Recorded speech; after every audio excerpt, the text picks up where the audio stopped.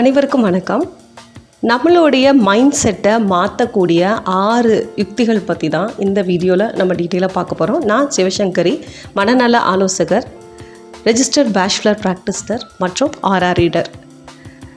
இந்த 6 விஷயங்களை நம்ம ஃபாலோ பண்ணுறதால நம்மளுடைய மைண்ட் செட்டை எப்பயுமே ப்ளசண்ட்டாக வச்சுக்கலாம். நம்மளை சுற்றி எந்த ப்ராப்ளமும் அரைஸ் ஆகாது. ப்ராப்ளமேட்டிக் பர்சன் இருந்தாலும் தானாக விலகி போயிடுவாங்க. அந்த மாதிரி ஒரு விஷயத்தை தான் பண்ண போகிறோம்.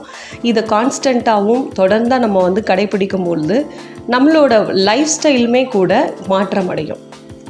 ஸோ அப்படிப்பட்ட விஷயங்களில் ஃபஸ்ட்டாக நம்ம ஃபாலோ பண்ண வேண்டிய விஷயம் என்ன அப்படின்னா, நம்மக்கிட்ட யார் எது சொன்னாலும் நம்ம இம்மீடியட்டாக பெருசாக ரியாக்ட் பண்ணுறது. ஸோ அங்கே ரியாக்ஷன்ஸே தேவையில்லை. ஏன்னா நிறைய இடத்துல நம்ம கொடுக்கக்கூடிய ரியாக்ஷன்ஸ் எப்படி ஆகிடும் அப்படின்னா, அவங்களுக்கு கன்வே ஆகும்போது தவறுதலாக ஆகலாம். இப்போ நம்மளோட மூடு வேறு மாதிரி இருக்கும். நம்மக்கிட்ட எதிர இருக்கிறவங்க கன்வே பண்ணும்போது அவங்களோட மூட் வேரியாக இருக்கும். ஸோ அப்போ அந்த இடத்துல நம்மளோட ரியாக்ஷன் தான் மேக்ஸிமம் தப்பாக கன்வே ஆகும். அப்போது அந்த இடத்துல நம்ம என்ன பண்ணலாம் அப்படின்னா, நியூட்ரலாக ஜஸ்ட் அதை லிசன் பண்ணுறேன் அப்படிங்கிற ஒரு மோடில் நம்ம போகிறது. ஸோ லெஸ் ரியாக்டிவாக இருக்கணும் அப்படிங்கிறது தான் ஃபஸ்ட்டு விஷயம். அடுத்த விஷயம் என்னன்னு பார்த்தீங்கன்னா, பொதுவாகவே எந்த ப்ராப்ளம் வந்தாலும் நம்ம ஆப்போசிட்டில் இருக்கிறவங்க என்ன சொல்லுவோம் அப்படின்னா, நீங்கள் என் சைட்லேருந்து யோசிங்க, என்னோட கோணத்துலேருந்து யோசிங்கன்னு சொல்லி அவங்கள கண்ட்ரோல் பண்ண பார்ப்போம். மேக்ஸிமம் நம்ம எப்போல்லாம் அடுத்தவங்கள நம்ம கண்ட்ரோலுக்கு கீழே எடுத்துகிட்டு வரோன்னு சொல்கிறதோ, இது எல்லாமே கண்ட்ரோல் தான். எப்போ என் பாயிண்ட் ஆஃப் வியூவில் யோசிங்க, என்னோட கோணத்தில் யோசிச்சு பாருங்கள், என் நிலைமையிலேருந்து உங்களுக்கு இருந்தால் எப்படி இருக்கும், இது எல்லாமே நம்மளோடைய கண்ட்ரோலுக்குள்ளே அவங்கள கொண்டு வர்றதுக்காகவும் நமக்கு ஏற்ற மாதிரி அவங்கள கன்வின்ஸ் பண்ணுறதுக்காகவும் கையாளுகின்ற ஒரு வித பேச்சு வழக்கங்களாக சொல்லலாம், இல்லைனா ஒரு ஆளுமை அப்படின்னு நம்ம சொல்லலாம். ஸோ அப்படி நம்ம யாரெல்லாம் கண்ட்ரோல் பண்ணணும் அப்படின்னு நினைக்கிறோமோ, ஸோ அப்போ என்ன ஆகும் அப்படின்னா, நம்மளோட ஸ்ட்ரென்த் அந்த இடத்துல பாதிக்கப்படும். ஏன்னா யாரையுமே ஒரு கண்ட்ரோலுக்குள்ளே கொண்டு வர்றது அப்படிங்கிறது ஆதிக்கம் செலுத்துறது அப்படிங்கிறது லாங் ரன்னுக்கு வேலைக்கு ஆகாத ஒரு விஷயம். அதனால் மேக்ஸிமம் அடுத்தவங்களை கண்ட்ரோல் பண்ணுறதுக்கு பதிலாக இவங்களுக்குள்ளே நம்ம எந்த அளவுக்கு ஸ்பேஸ் எடுத்துக்கலாம், இந்த இடத்துல நம்ம நெருங்கி போகிறது கரெக்டாக, இல்லை இந்த இடத்துல விலகி இருக்கலாமா, இல்லை அவங்களுக்கு கொஞ்சம் ஸ்பேஸ் கொடுக்கலாமாங்கிற மாதிரி யோசிக்கலாம். 3வது விஷயம் என்னன்னு பார்த்தீங்க அப்படின்னா, எதையுமே ஒருத்தர்கிட்ட எக்ஸ்பெக்ட் பண்ணாமல் இருக்கிறது. ஸோ அங்கேருந்து என்ன வருதோ அதை நான் அக்செப்ட் பண்ணுறதா வேண்டாமாங்கிற அந்த ஒரு விஷயம்தான் என்னோட கைக்குள்ளே இருக்கணுமே தவிர்த்து, அவங்க இப்படித்தான் செய்யணுங்கிற ஒரு எக்ஸ்பெக்டேஷனில் போகும்போது தான் நமக்கு நிறைய ப்ராப்ளம் ரைஸ் ஆகும், நிறைய ஏமாற்றங்கள் அங்கே தான் வரும். அதனால் எதையுமே மேக்ஸிமம் எந்த விஷயமா இருந்தாலும் நம்ம எங்கெல்லாம் தொடர்ந்து இமோஷ்னலாக அடி வாங்குகிறோமோ அந்த இடத்துலலாம் நம்மளோட எக்ஸ்பெக்டேஷன்ஸை குறைச்சி எக்ஸ்பெக்டேஷனே இல்லைங்க, 0 எக்ஸ்பெக்டேஷன் தான், என்ன வந்தாலும் ஐ எம் ரெடி டு அக்செப்ட்டுங்கிற ஒரு மோடுக்கு நம்ம போயிட்டோம் அப்படின்னாலே நம்ம பெருசாக மென்டலி ஹர்ட் ஆக மாட்டோம். நம்மளோட மைண்ட் செட்டையும் கொஞ்சம் ஈஸியாக ரீஃபைன் பண்ணிக்க முடியும். 4வது விஷயம் என்னன்னு பார்த்தீங்கன்னா, எந்த ஒரு விஷயமா இருந்தாலும் சரி, அது சொதப்புற விஷயமாகவே இருந்தாலும் சரி, உங்களோட பெஸ்ட்டு என்னவோ அதை பண்ணுங்கள். முழுமையாக ஒரு விஷயம் செய்ய பிடிக்கலையா, செய்யவே வேண்டாம்.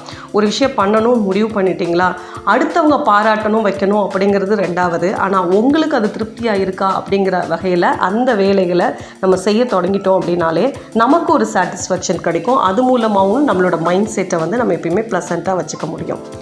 5th ஒன் என்ன அப்படின்னா, உங்களை பற்றின எல்லா விஷயம், அது ரொம்ப நம்பிக்கையானவங்க, ஸோ அப்படிலாம் நினச்சி தான் நிறைய பேர் நிறைய சீக்ரெட்ஸை ஷேர் பண்ணுறாங்க. இன்றைக்கி நமக்கு நம்பிக்கையாக இருக்கக்கூடிய ஒரு பர்சன் ஏதாவது ஒரு இடத்துல போய் நம்மளோட சீக்ரெட்டை வெளியில் சொல்லும் பொழுது அதுவே நமக்கு பேக் ஃபயர் ஆகலாம். அதனால் யாருக்கிட்டேயும் ஒரு சீக்ரெட் அப்படிங்கிறது என்ன அப்படின்னா, அந்த சம்மந்தப்பட்ட நபரை தவிர வேறு இன்னொருத்தருக்கு தெரிஞ்சிச்சுனாலே அது சீக்ரெட் கிடையாது. அந்த விதத்தில் பார்த்தோம் அப்படின்னோம்னா, ஒரு விஷயம் எனக்குள்ளே நடந்தது, பட் இது எனக்கு கஷ்டமாக இருக்குது, இதை போய் நான் வெளியில் சொல்லணும்னு நினைக்கிறேன் அப்படின்னு போகும்போது அங்கே ப்ராப்ளமே க்ரியேட் ஆகும். உங்களுக்குள்ளே நடந்த ஒரு விஷயம் உங்களுக்கு அது எந்த அளவுக்கு எக்ஸ்பீரியன்ஸ் கொடுத்துச்சா, இல்லை அதில் நீங்கள் ஏதாவது லேர்ன் பண்ணுறதுக்கு இருக்கான்னு நீங்களாகவே செல்ஃபாக அதை அனலைஸ் பண்ண தொடங்கிட்டீங்க அப்படின்னா அங்கே உங்களோட ரகசியங்கள் எதுவுமே வெளியே போகிறதுக்கு வாய்ப்பு இல்லை. அதை தவிர்த்து எனக்கு தோணின விஷயம், எனக்குள்ளே நடந்த ஒரு விஷயம், இவரை நான் நம்புகிறேன், இல்லை இவங்களை நான் நம்புகிறேன், அதனால நான் போய் சொல்கிறேன்னு நீங்கள் சொன்னீங்க அப்படின்னா எதிரில் இருக்கிற நபர் எப்பயுமே உங்களோட சீக்ரெட்டை மெயின்டைன் பண்ணுறதுக்கான அதுக்கான உத்தரவாதம் கொடுக்குற நபராக இருக்கணுங்கிற அவசியம் கிடையாது. ஸோ அந்த இடத்துல நம்ம கண்டிப்பாக மாட்டிப்போம். அதனால் சீக்ரெட்டை என்னை பற்றின விஷயம் இவருக்கு தெரிஞ்சே ஆகணும்னு சொல்லி எல்லா விஷயத்தையும் போய் சொல்கிறதுங்கிறது வந்து உங்களை வந்து ஏதாவது ஒரு இடத்துல கண்டிப்பாக டவுன் பண்ண தான் செய்யும். அதனால் அந்த சீக்ரெட் அப்படிங்கிற ஒரு விஷயத்தை உங்களோட மட்டுமே மெயின்டைன் பண்ண கற்றுக்கிறது. 6வது விஷயம் என்ன அப்படின்னு பார்த்தோம்னா, நம்ம பயணிக்கக்கூடிய நபர்கள், நம்மளோட சேர்ந்து லைஃப்பில் பயணிக்கக்கூடிய நபர்கள், நம்ம ஃப்ரெண்ட் அப்படின்னு சொல்லிக்கலாம், வெல்விஷர்னு சொல்லிக்கலாம். ஸோ இவங்களை நம்ம வந்து ஏதாவது ஒரு இடத்துல இவங்க நம்ம லைஃப்பில் ட்ராவல் பண்ணால் நல்லாயிருக்கும் அப்படின்னு சொல்லிட்டு ஒரு மோட் நமக்கு வரும். ஸோ அந்த இடத்துல அதை வந்து சூஸிங் ஃபேஸ் அப்படின்னு சொல்லலாம். அந்த இடத்துல நம்ம சூஸ் பண்ணுறோம். அப்படி சூஸ் பண்ணும்போது கொஞ்சம் அறிவார்த்தமான சில விஷயங்களையும் யோசித்து பண்ணணும். இவங்களுக்குள்ளே எவ்வளோ நம்ம ஸ்பேஸ் எடுத்துக்கலாம், இவங்க வந்து நம்ம எந்த அளவுக்கு நம்பலாம், எல்லாருக்குள்ளேயுமே கண்ணுக்கு தெரியாத ஒரு பவுண்ட்ரி இருக்க தான் செய்யும். அது ப்ராக்டிக்கலாக நம்ம பார்க்கும் பொழுது சில இடங்களில் வந்து ஹிண்ட்ரன்சஸாகவே நம்ம கண்ணுக்கு தெரியும். ஸோ அதனால் நம்ம வந்து ஒருத்தரை சூஸ் பண்ணும்போது கொஞ்சம் வைஸாக சூஸ் பண்ணுறது பெஸ்ட்டு.